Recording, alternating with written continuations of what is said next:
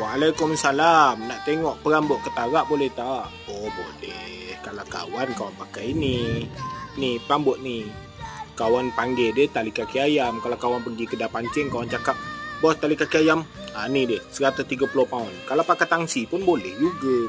Ada orang pakai 60 pound pun dia boleh naik kan.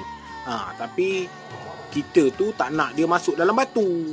Ketarak ni jenis rajin masuk dalam batu. Asal dia makan, dia mudah nak melari dalam batu. Kalau tali ni dia lambat sikit nak putus. Itu pun kadang ada juga yang putus ya.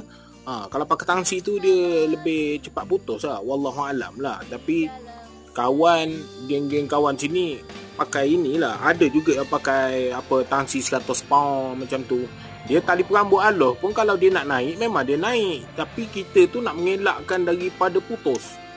Dia masuk dalam batu tu dia mudah putus. Okey, mantap.